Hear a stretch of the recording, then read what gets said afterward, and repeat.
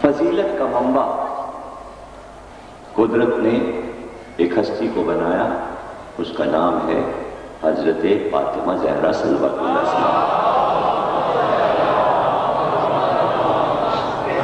قدرت نے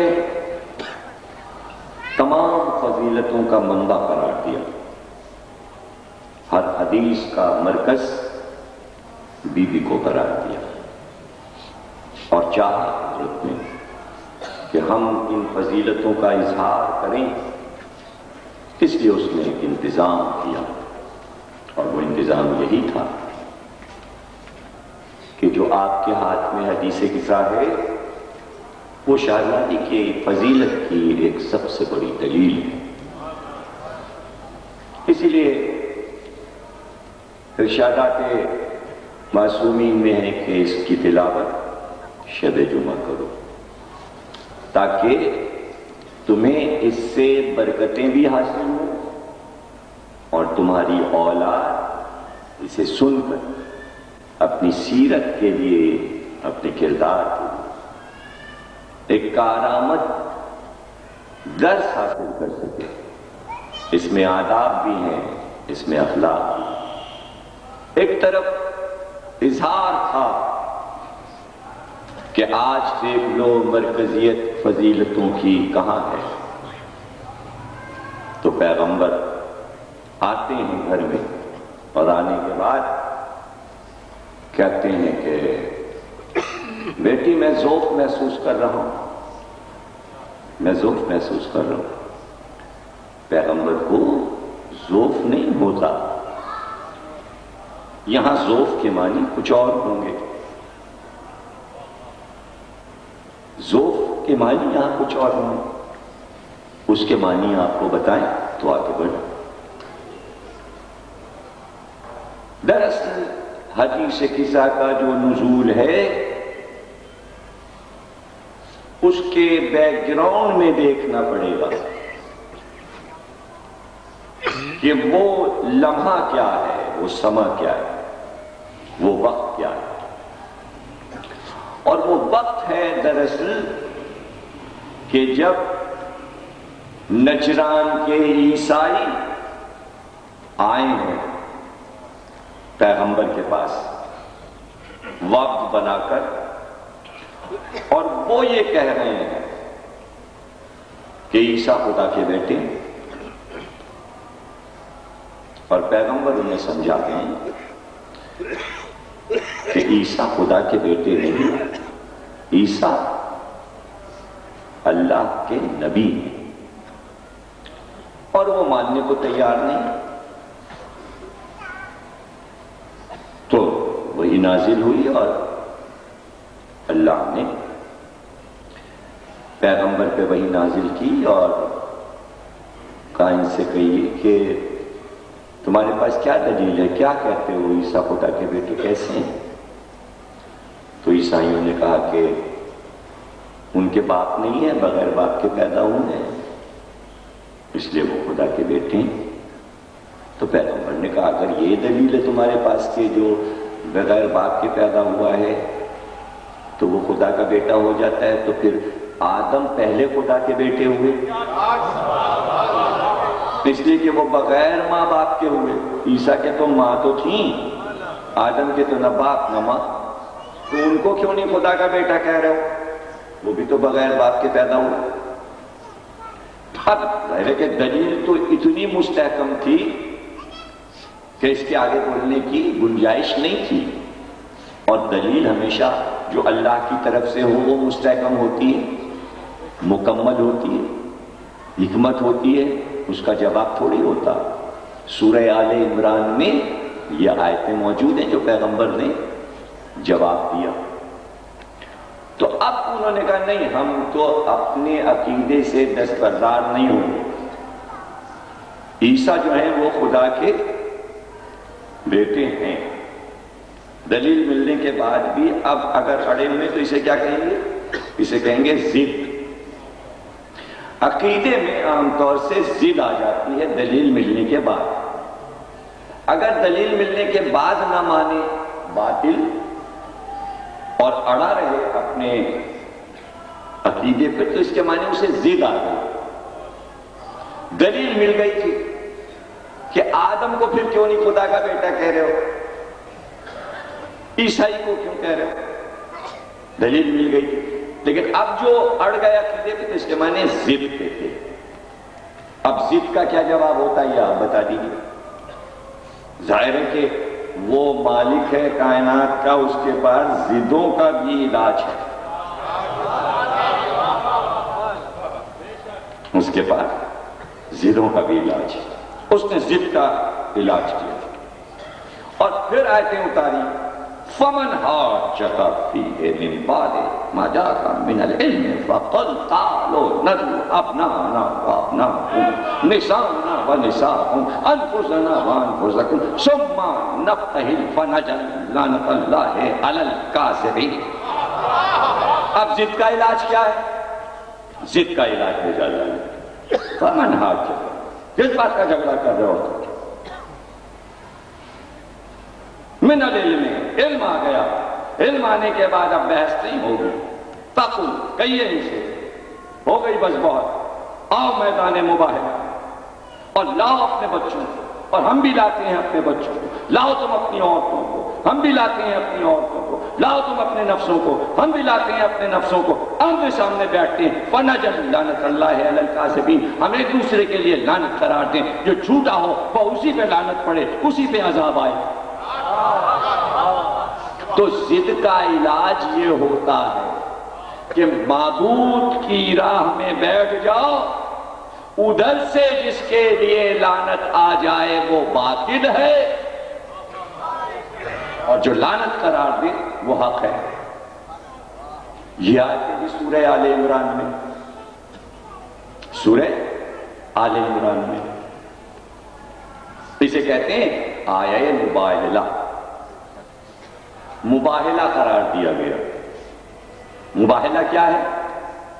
جیسے شعراء جمع ہوں تو اسے کہیں گے مشاعرہ، کچھ لوگ آپس میں لڑ رہے ہوں تو اسے کہیں گے مجادلہ، کچھ لوگ آپس میں جہاد کر رہے ہوں اسے کہیں گے مجاہدہ، کچھ لوگ مل کے سلام پڑھ رہے ہوں اسے کہیں گے مسالمہ، کچھ لوگ آپس میں ٹاک کر رہے ہیں اسے کہیں گے مکالمہ۔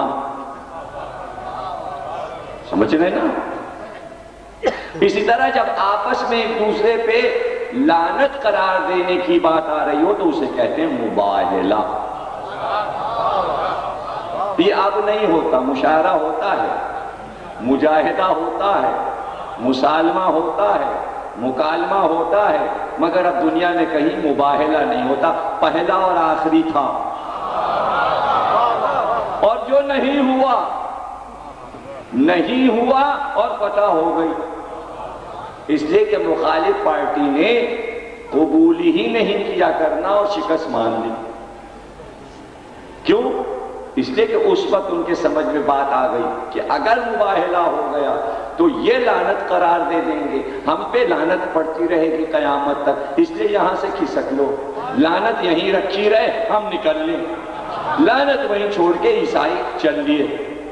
اس لیے اب آپ دیکھتے ہوں گے مسلمان کہیں پر بھی عیسائیوں پہ لعنت نہیں کرتے، لعنت وہاں سے چل چکی تھی، لعنت اللہ علی الکاذبین، شرط لگا دی تھی جھوٹوں پہ، یہ نہیں کہا تھا عیسائیوں پہ لعنت، یعنی لعنت کو بین الاقوامی بنا دیا، آفاقی بنا دیا، یعنی اس میں مذہب و ملت کی قید نہیں ہے کہ کافر پہ ہو کہ مشرک پر ہو کہ مسلمان پر ہو، کسی پہ بھی ہو سکتی ہے، جو کاذب ہو کوئی بھی ہو وہ ہے، باقی قرآن میں ہے اور وہ چل رہی، جہاں اس نے دیکھا کسی نے کذب کیا وہ پہنچ اور لپٹ گئی، ہر جھوٹے کا تعاقب کر رہی ہے، ہر کاذب کا تعاقب کر رہی ہے، ہر کاذب کا تعاقب کر رہی ہے، اور ادھر لعنت کاذبوں کا تعاقب کرے تو یہ ادھر کون لوگ ہیں؟ اس کے لیے ایک اور آیت بھیج دی، کونوا مع الصادقین، سچوں کے ساتھ ہو جاؤ تاکہ لعنت سے بچے رہو۔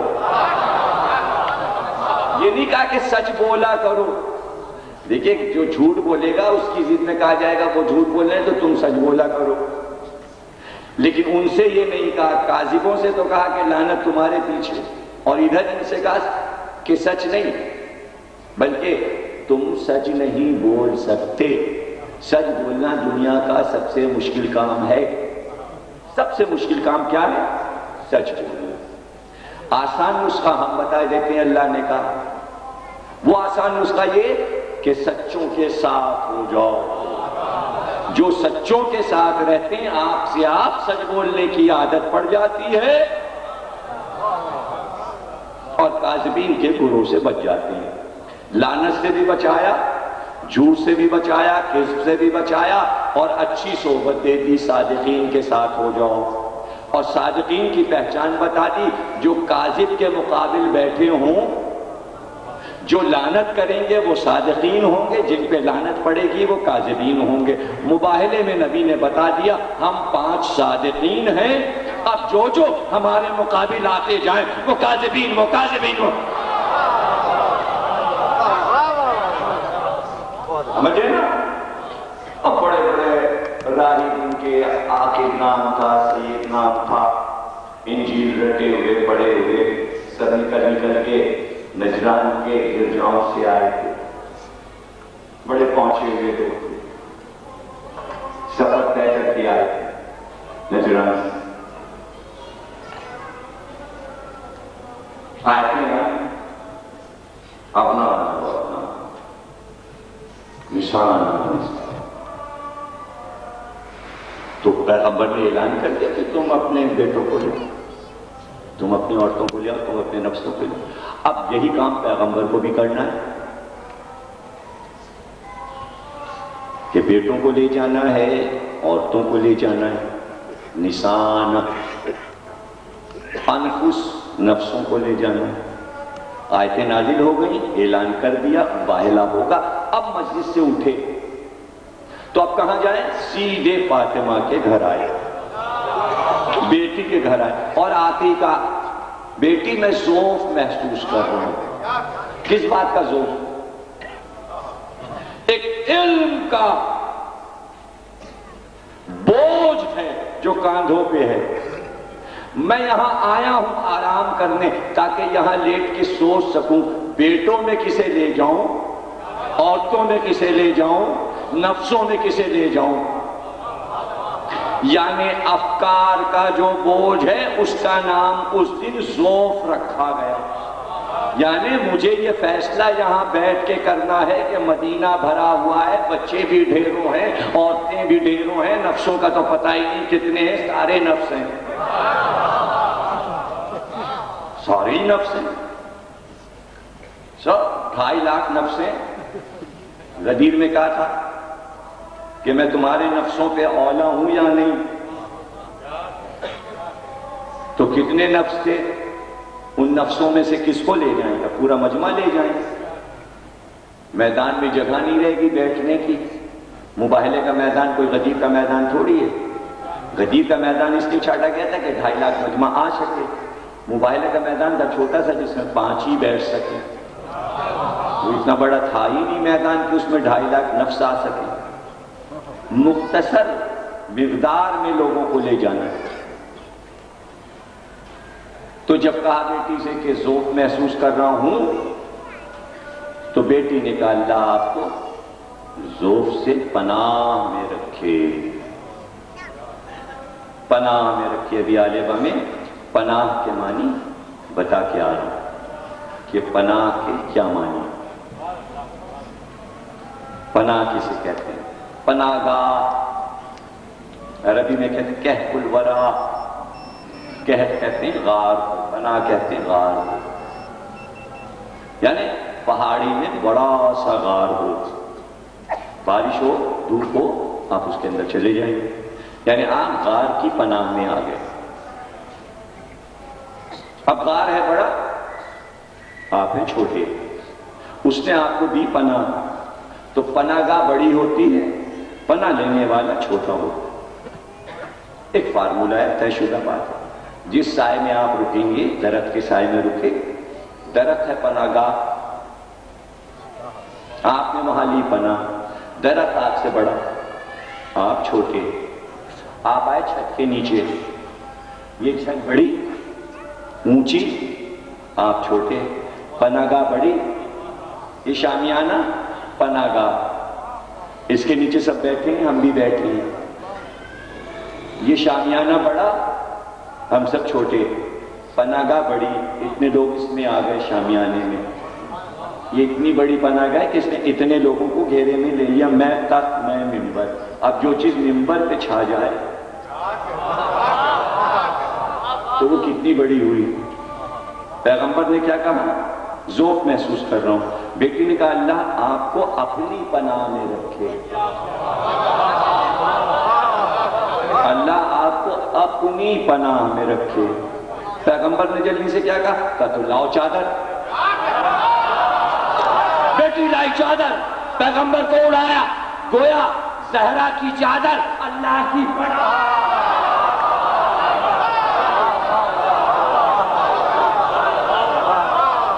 زہرا کی چادر اللہ کی پناہ، نبی آ گیا پناہ۔ اب جو پناہ میں آ گئے تو ذوق دور ہو گیا۔ آپ کہیں گے یہ کیسے کہہ رہے ہیں آپ کہ ذوق دور ہو گیا؟ لیکن ذوق تو دور ہو ہی جاتا ہے، فارمولے ہیں۔ بھائی دیکھیے یہ امام باڑہ، یہاں جمعے کی نماز ہوتی ہے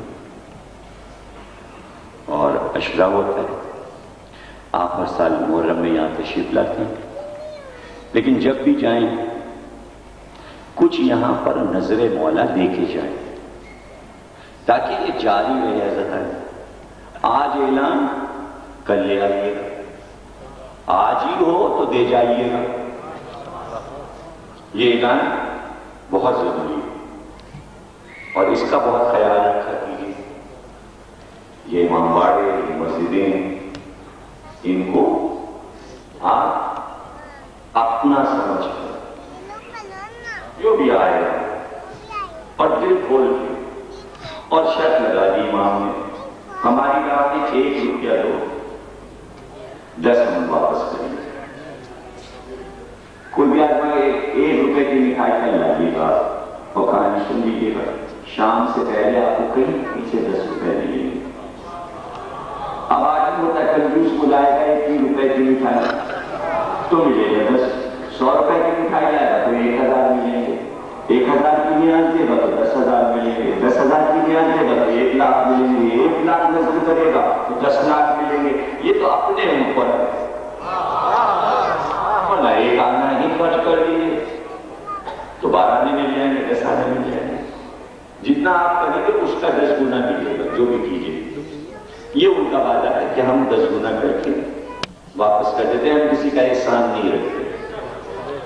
کلا چادر آ گئے پناہ میں، کیا کہا تھا؟ میں ذوق محسوس کر رہا ہوں۔ جیسے ہی پناہ میں آئے ذوق دور ہو گیا۔ کیا کہا بیوی نے؟ اب جو میں نے چادر اڑائی میں نے دیکھا میرے بابا کا چہرہ چودھری کے چاند کی طرح روشن۔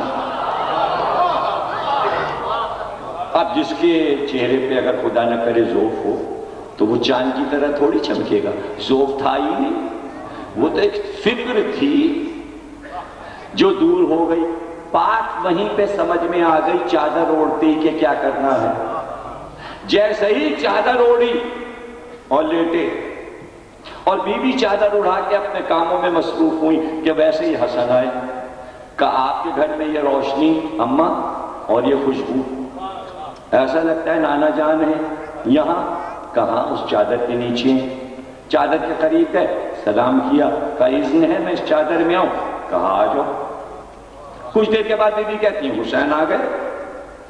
کہا اماں کیا نانا جان ہے گھر میں؟ کہا اس چادر کے نیچے تمہارے نانا بھی ہیں اور تمہارا بھائی حسن بھی ہیں۔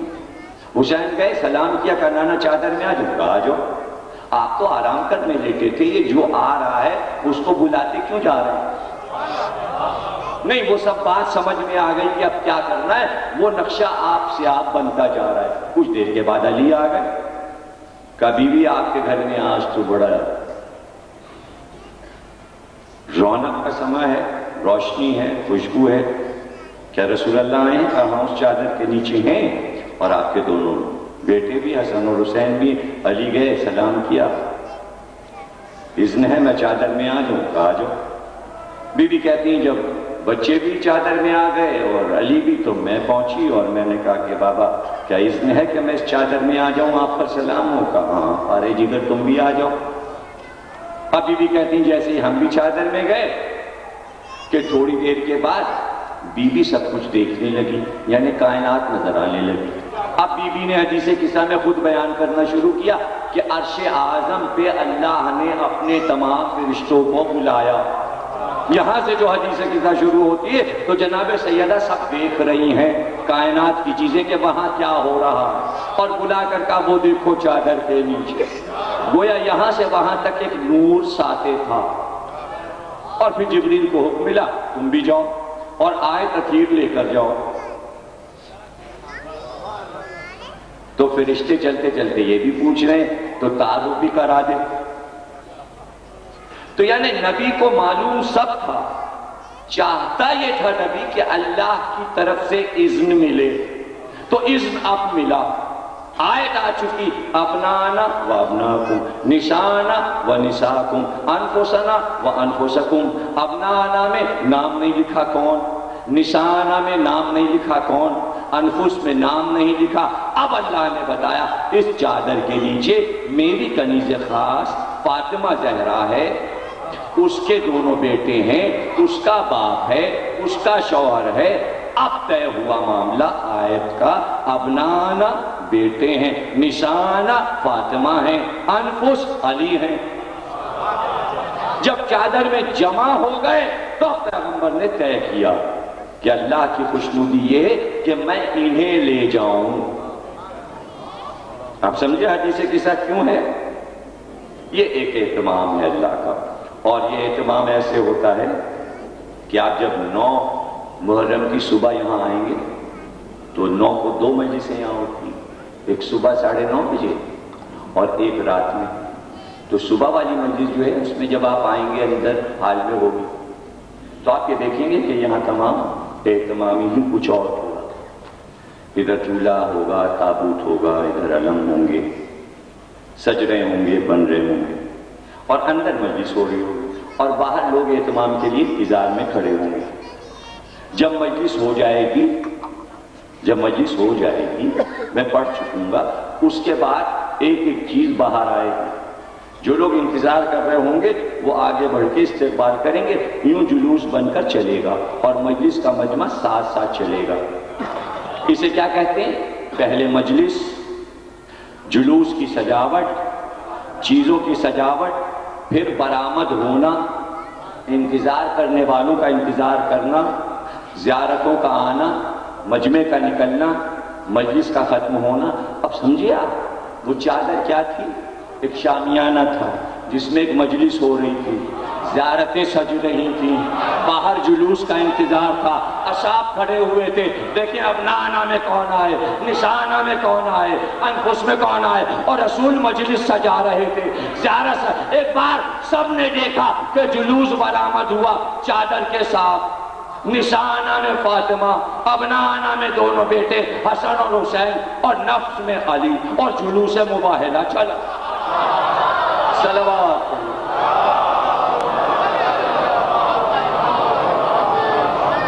جلوس چلا.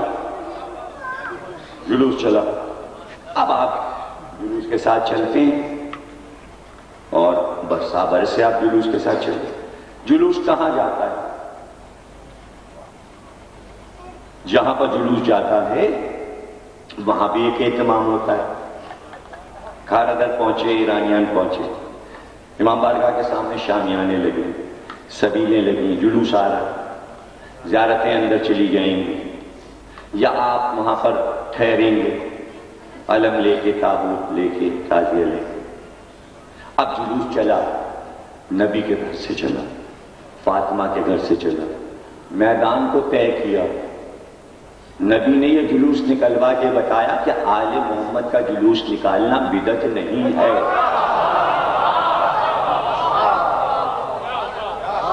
یہ عین سنت نبی ہے. تو جلوس چلا، میدان کو طے کیا، مدینے کے میدان کو، مباہلے کے مقام پہ پہنچا۔ وہاں پہلے سے سلمان فارسی کو بھیج چکے تھے ایک سرخ رنگ کا کمبل دے کر کہ اس کا ایک شامیانہ بنا دو جہاں ہم بیٹھیں گے، اور ام سلمہ کو بھیجا تھا کہ اس جگہ کو جھاڑو دے کے صاف کر دو۔ ایک زوجہ کو بھیجا کہ صفائی کر دو، ایک صحابی کو بھیجا کہ شامیانہ لگا دو۔ جہاں سلمان نے شامیانہ لگایا تھا وہاں جا کے بیٹھ گئے۔ مسجد مباہلہ اب بھی موجود ہے، ہم نے بھی زیارت کی ہے، جو لوگ گئے انہوں نے بھی زیارت کی، وہ جگہ موجود ہے، وہاں ایک مسجد بن گئی جہاں نبی بیٹھ گئے اور جا کے بیٹھ گئے۔ اب جو گھر سے نکلے تو ترتیب یہ تھی، سب سے آگے خود، ان کے پیچھے جناب فاطمہ زہرا، اس کے پیچھے حضرت علی، حسن انگلی پکڑے ہوئے، حسین نبی کے گود میں، یوں چل رہے ہیں۔ ترتیب آپ نے دیکھا، یعنی اس پورے جلوس میں سب سے بلند کون ہے؟ حسین۔ سب سے نمایاں کون؟ حسین۔ یعنی بتایا کہ ہر جلوس کی لیڈنگ طاقت جو ہے وہ حسین کا ہے۔ پھر ایک اور جملہ دے دوں، جلوس تھا رسالت کا، رسول نے اس جلوس کو حسینی بنا دیا۔ رسول کا جلوس حسینی ہوتا ہے، اگر حسین کسی جلوس میں نہیں تو وہ جلوس اسلامی نہیں۔ حسین آگے، حسین بنے، حسن آگے، اس کے پیچھے رسالت کے پیچھے جناب فاطمہ، سب سے پیچھے علی۔ ترتیب جلوس چل رہے، جلوس جا رہا، جناب فاطمہ درمیان میں۔ کیوں؟ اس لیے کہ عصمت ماں بی بی پہلی بار گھر سے نکلی۔ ایک تو اس گھر کی عورتوں کو باہر نکلنا ہی نہیں چاہیے، سورہ نساء میں حکم آ گیا کہ اس گھر کی عورتیں باہر نہ جائیں، لیکن جب اللہ خود ہی حکم دے کے نکلو تو اب کیا ہو؟ خود ہی منع بھی کیا اور خود ہی آج کہا کہ نسانا لے جاؤ عورتوں کو۔ خود سے نکلنا اور ہے، اللہ کہے کہ جاؤ تو اور ہے، دونوں میں فرق۔ جہاں مطلب یہ ہوا جہاں اللہ منع کرتے وہاں نہ جاؤ، جہاں اللہ کہہ دے جاؤ تو وہاں جاؤ، یعنی حکم الہی پہ چلنا ہے۔ رکنا ہے تو حکم الہی سے، جانا ہے تو حکم الہی سے۔ حکم ہے یہاں لے جاؤ تو لے جا رہے ہیں حکم الہی سے۔ جب ہمارے حکم سے جائے کوئی بیوی تو پھر ہم یہ اہتمام کرتے ہیں، آگے رسالت کا پردہ ہو، پیچھے امامت کا پردہ ہو، ادھر ادھر امامت کا پردہ ہو، حسن اور حسین ہو، آگے نبی ہو، پیچھے علی ہو، اس طرح جائیں بیوی چادر میں۔ ہم جب کسی کو بھیجتے ہیں اپنے کام کے لیے اسلامی بیوی کو تو اس کا اہتمام ایسے کرتے ہیں، یہ ہے اہتمام۔ چونکہ عصمت ماں بیوی ہیں تو پردے کا اتنا انتظام ہے، اتنا انتظام ہے کہ کوئی زہرا کے نشان قدم بھی نہ دیکھ سکے، اس لیے کہ جہاں رسول قدم رکھی وہاں فاطمہ قدم رکھی، جہاں فاطمہ قدم رکھی اس پہ علی قدم رکھ دی۔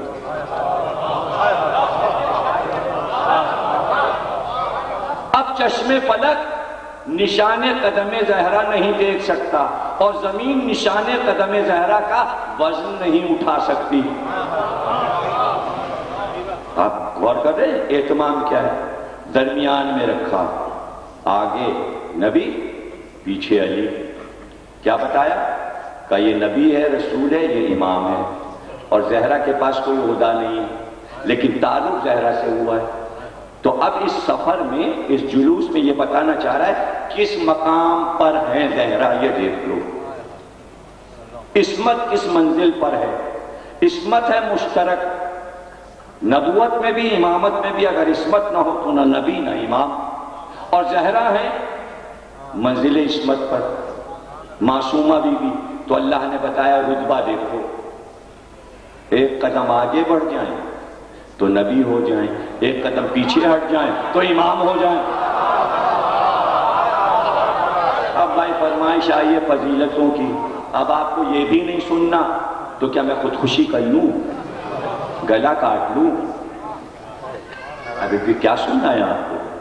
یہ بھی آپ کہانی کی طرح سن رہے ہیں جیسے کل ایران عراق کی باتیں سن رہے تھے۔ ابھی کوئی طریقہ ہے فضیلت سننے کا ہے؟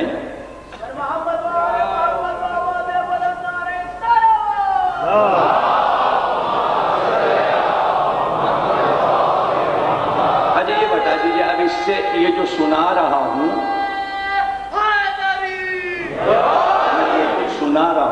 اس سے افضل کیا چیز ہے؟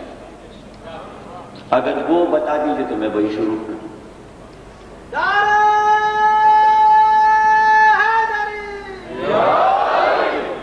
دیکھیں نعرے میں بات کروڑوں بار کہہ چکا ہوں، یہ نعرے، یہ درود، یہ تو سب آپ پہ واجب ہے، یہ تو آپ کو اپنے آپ کرنا ہی ہے، یہ میرا نہ تقاضا ہوتا ہے نہ میری فرمائش ہوتی ہے۔ میں کیوں فرمائش کروں؟ میں کیوں فرمائش کروں؟ میں کیوں کہوں کہ درود پڑھو نعرہ لگاؤ؟ میں کیوں کہوں؟ یہ تو سب آپ کو کرتے رہنا، یہ تو آپ کی عادت ہے، یہ آپ کے میراث میں ہے، یہ آپ کی گٹی میں ہے، یہ آپ کی پہچان ہے، یہ سب تو آپ کو خود ہی کرے۔ کوئی اٹھے نعرہ لگوائے کچھ کرے، خود پڑھیے، موقع آئے پڑھیے۔ ہماری ایک ہی فرمائش ہے، وہ یہ کہ فضیلت سنی جاتی ہے دعات کے ساتھ۔ یہ ہاتھ باندھ کے تھوڑی بیٹھا جاتا ہے محفل اور مجلس میں، دونوں ہاتھ یوں اٹھائے جاتے ہیں۔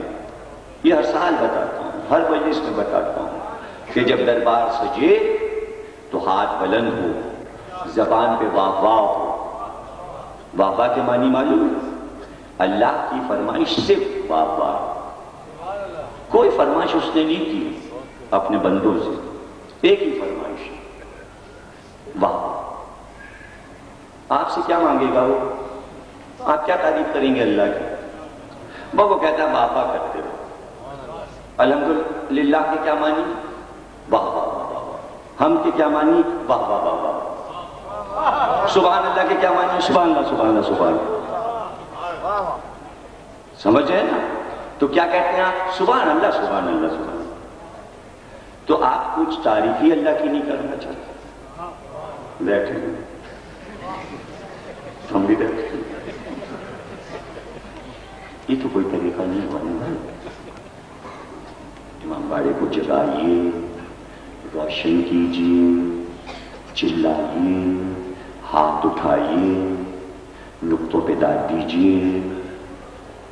اللہ کہتا کہو الحمدللہ، ساری تعریف اللہ کے۔ قرآن یہاں سے شروع ہوتا ہے۔ آپ تعریف کیا کریں گے اس کی؟ دیکھا ہے آپ نے اس کو؟ آپ نے دیکھا ہے؟ جو چیز دیکھی نہیں تو بابا کیسے کہو گے؟ اس لیے اس نے 5 ہستیاں بھیج دی۔ انہیں دیکھو تو الحمدللہ الحمدللہ، ساری ہم تیرے لیے، تیرے لیے کہ تو نے ایسی ہستیاں ہم نے بھیج دی۔ سبحان اللہ سبحان اللہ سبحان اللہ اکبر۔ مجھ سے بڑا کوئی نہیں، میں متکبر ہوں، کوئی اور متکبر نہیں ہو سکتا۔ اگر کوئی متکبر غرور حرام ہے، لیکن اس کے لیے زیبا۔ کس بات پہ تجھے غرور ہے؟ کس بات پہ تو متکبر ہے؟ کیوں تو اکبر ہے؟ وہ بتائیے نا، کیوں اکبر ہے، کیوں متکبر ہے؟ اس لیے متکبر ہے کہ ہم نے فاطمہ، علی، حسن، حسین، محمد جیسی ہستیاں بنائی، ہمیں اس پہ غرور ہے۔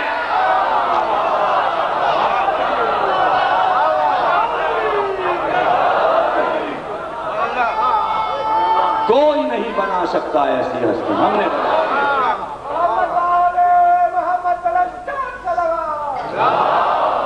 ہم نے بنایا۔ ان کا جواب نہیں، یہ ہے محمد کا جواب نہیں، علی کا کوئی جواب نہیں۔ ہستیاں بنائی بھی ایسی اور نام بھی ایسے رکھے کہ نام ایسے رکھ دیے کہ ادھر لب پہ نام آئے اور محبت دل میں آئے. جیسے ہی کہا محمد، کیا میٹھا نام. امام زمانہ زیارت میں کہتے ہیں، جب زیارت پڑھتے ہیں کہتے ہیں اے آل محمد، اے پنجتن پاک، اللہ نے تمہارے نام کتنے شیریں رکھے، ادھر لب پہ نام آئے دل میں محبت آئی. تم کیا تعریف کرو گے پنجتن کی؟ پوتا تعریف کر رہا ہے، معصوم کی تعریف کرے تو ہے حق. دیکھیے کیسی تعریف کر رہے ہیں، کہ کیا شیریں نام ہے ہمارے جد کے، کیا شیریں نام. کہا علی، لب پہ مٹھاس آئی دل میں محبت آئی. کیا میٹھے نام ہے، کہا حسن حسین، نام لب پہ آئے دل میں محبت آئی. یہ جو گھبراتے ہیں لوگ یا علی کہتے ہوئے، بھاگتے ہیں محبت سے کہ ادھر نام لیں گے تو دل میں محبت آ جائے گی.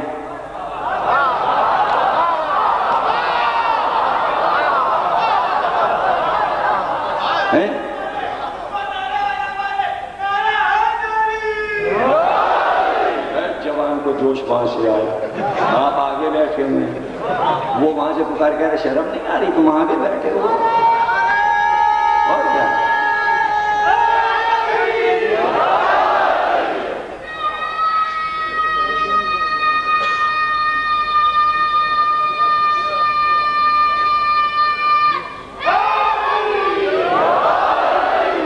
یہ لڑکا بڑا بہادر، آپ کو پتہ ہے، بہت سنتا معرفت سے مثال روتا ہے، دریا بہاتا آنکھ سے، آپ کو کیا پتا، میں دیکھتا ہوں. اور جہاں میں پہنچا وہاں کربلا ہر جگہ میں موجود. مسجد سہلا میں آ گئے، وہاں کھڑے ہوئے. میں نے کہا تم کیسے آ گئے؟ تو بھی زیارت کے لیے آئے. تو ماشاءاللہ یہ بہت محبتی لڑکا ہے. تو اس عمر سے آپ دیکھیے پروان چڑھتی ہے موت.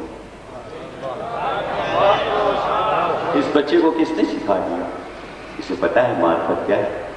جو ابھی جملہ کہا تھا میراث میں ہے، کوئی سکھاتا نہیں. مچھلی کے بچے کو کوئی تیرنا نہیں سکھاتا.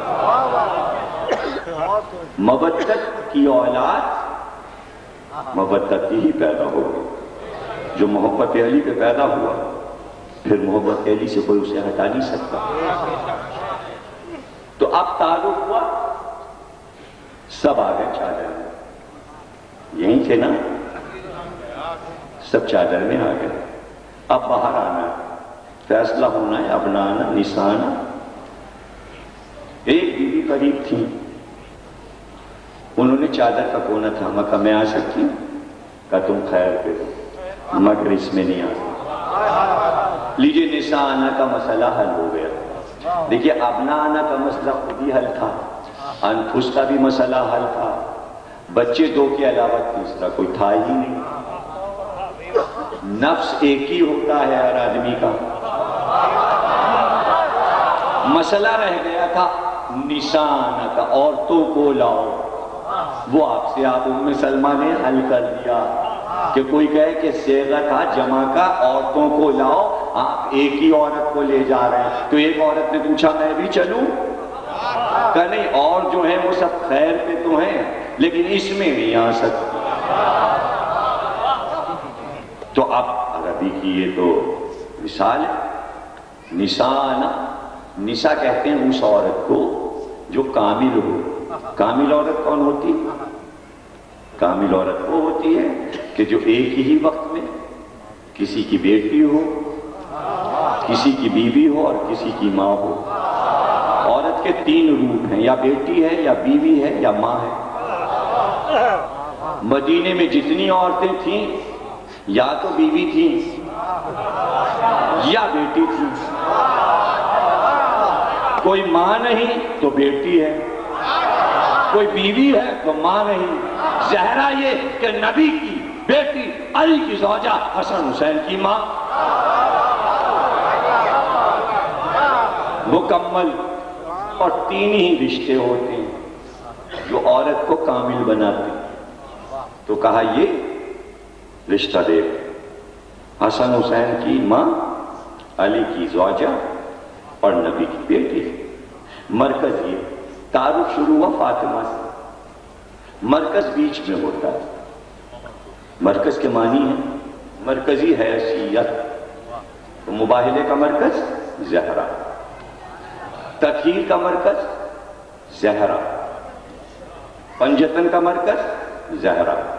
اب جب آپ نام لکھتے ہیں تو ہمیشہ دیکھیے گا زہرا مرکز میں، محمد علی، فاطمہ حسن حسین، دو ادھر دو ادھر، بیچ کا مرکز فاطمہ. اب دیکھیے مرکز تو خدا بنا رہا ہے، نام رکھے گئے پہلے، مرکز برقرار رہے گا ہر لحاظ سے. محمد میں 4 حروف، علی میں 3، 4 اور 3 7، 5 6 7. محمد میں 4. اب میتھمیٹکس بھی آپ کو نہیں آتی، کچھ بھی نہیں آتا، بول بھی نہیں سکتے، اوکے بھی نہیں کر سکتے، جو کہہ رہا ہوں اس پہ ہاں بھی نہیں کر سکتے. بھئی تو بولو نا. محمد میں 4 حروف، علی میں 3، 4 3 7. حسن میں کتنے؟ 3. حسین میں کتنے؟ 4 اور 3 7 ادھر 7 ادھر.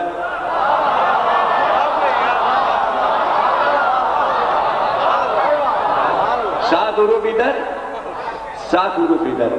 فاطمہ میں کتنے؟ 5. بیچ میں 5. دیکھیں مرکز کا کمال یہ کہ پلے برابر رکھے.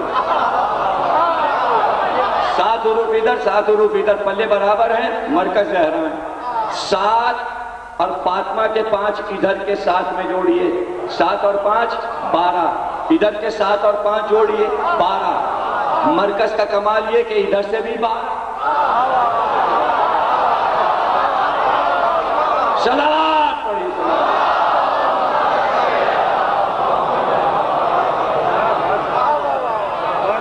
مرکز ہے فاطمہ، مرکز ہے فاطمہ. اب دیکھیں مرکز کا کمال دیکھیے گا کہ مرکز کے معنی ہے عدل، عدل کے معنی ہے عصمت. جہاں عصمت وہاں عدل، جہاں عدل وہاں عصمت. زہرا عدل. توریت میں زہرا کا نام ہے عادلہ، بی بی عادلہ. ادھر 7 ادھر 7.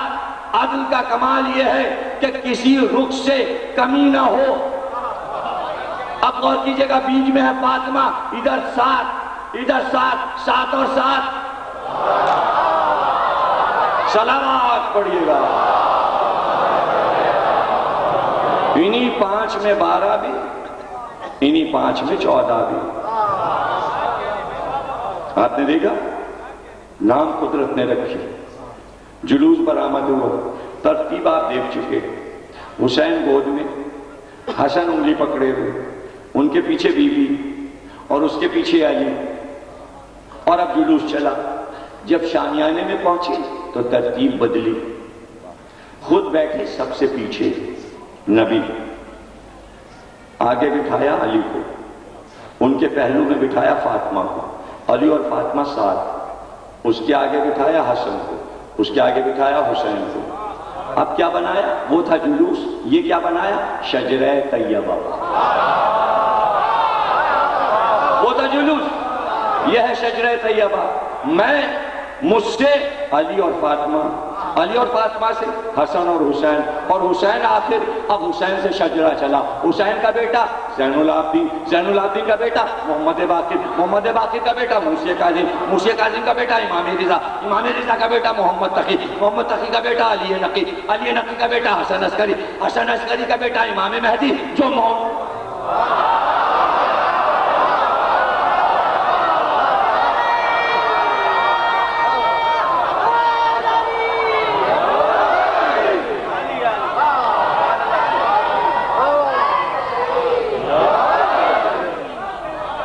اب کاظمی صاحب نے ووٹنگ اور جمہوریت کے ذریعے موضوع ہٹوایا ہے.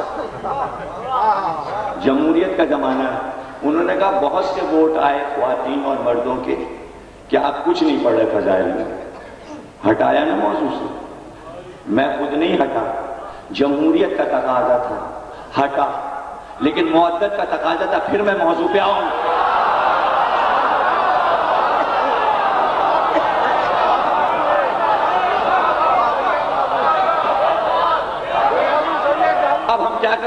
اس میں ایران بھی آئے گا، عراق بھی آئے گا، عرب بھی آئے گا، مصر بھی آئے گا، جاپان بھی آئے گا، امریکہ بھی آئے گا. ارے سب پر مہدی کو حکومت کرنا ہے تو کیا نام نہیں آئیں گے؟ کیا یہ فضیلت نہیں ہے کہ مہدی سارے ملکوں کا حاکم مہدی ہوگا؟ اس سے بڑی فضیلت کیا ہے؟ کیا آپ کہہ سکتے عراق کی باتیں ہو رہی ہوں، ایران کی باتیں ہو رہی ہوں، عرب؟ ارے ایران کی باتیں نہیں ہو رہی ہیں، سب ایران کی باتیں بند ہو جائیں گی، ملکوں کے نام ہی نہیں رہیں گے. جب میں تو آج پہچان کے لیے نام لیا جا رہا ہے، ایک حکومت ہو جائے گی فی الارض خلیفہ، صرف عرض رہ جائے گی اور خلیفۃ الرحمن. ٹکڑوں میں زمینوں کو بانٹا ہوا ہے، سرحدیں ختم ہو جائیں گی. یہ تو یہاں وہاں کی سرحدیں ہیں کہ پاسپورٹ دکھا دکھا کے جاؤ. ایسی سواریاں ہیں امام کے پاس کہ کروڑوں ڈالر کے بن رہے ہیں، اپالو تک جاتے ہیں چاند، زورا ادھر ادھر. سارے چاہنے والے نور کی سواریوں پہ بیٹھے، جس کا دل چاہ زورا ریت پہ گیا، زحل پہ گیا، مشتری پہ گیا، سارے ستارے آباد ہو جائیں گے، آنا جانا ہو جائے گا. وہاں بھی آنا جانا ہو جائے گا. مرا جائے گا امریکہ وہاں پہنچنے کے. یہاں تو تباہی ہو چکی ہے. اب وہاں صرف یہ تلاش وہاں کیا کیا ہے، ریڈیم کتنی، یورینیم کتنی، پلاٹینیم کتنی. ارے خزانے اس کے بھرے پڑے ہوئے ہیں. یہ ڈھونڈتے پھر رہے خدا یہاں کیا ہے، وہاں کیا ہے، وہاں کیا ہے. اور حدیث کیا ہے؟ جیسے ہی مہدی آئے گا زمین اپنے خزانوں کو آواز دے گی، زمین ادھر آ مہدی، یہاں خزانہ ہے، یہاں خزانہ ہے. اور ان کی ٹھوکروں میں پڑا ہوگا. لوگ سونے کو ٹھوکر مار کے رکھ دیں گے، کہیں گے کیا کریں گھر میں لے جا کے، یہ کس کام کا؟ یہ بھی حدیث ہے. زمین خزانے اگلے گی، لوگ کہیں گے ہم کیا کریں یہ سونا لے کے، کس کام کا یہ سونا؟ آج ایک تولہ کسی کو مل جائے، کیسا اترایا پھرتا ہے. یہ کس نے قیمتی بنا دیا سونے کو؟ سونا بھی کوئی قیمتی چیز ہے، بنایا گیا. اتنا بینک میں رکھا ہے تو اتنے کے نوٹ جاری ہوں گے. سارا ایران کا سونا امریکہ نے رکھ لیا. ایران نے کہا دیو ہمارا سونا، گاڑیوں میں بھر کے آئے. یہ تھی لڑائی. وہ دینے کو تیار نہیں تھی. سارا تیل لے رہے تھے 100 برس سے، 100 برس سے، اور سونا وہاں جمع کر رہے تھے، قیمت وہاں جمع. خمینی صاحب نے کہا دو ہمارا سونا. اور جھگڑا ہوا، یہ ہوا، اور بحث ہوئی، اور مباحثہ ہوا، پھر گاڑیوں میں بھر کے واپس کیا. یہ ہے جھگڑا. ایران سے دشمنی. ایران تو ایک امن پسند ملک ہے بھائی. اس کا دہشت گردی سے کیا تعلق؟ ٹریڈ سینٹر جن لوگوں نے گرایا اس میں کوئی ایک ایرانی بھی ہے؟ یہ کیا بات ہے کہ عراق کے بعد ایران کی باری ہے؟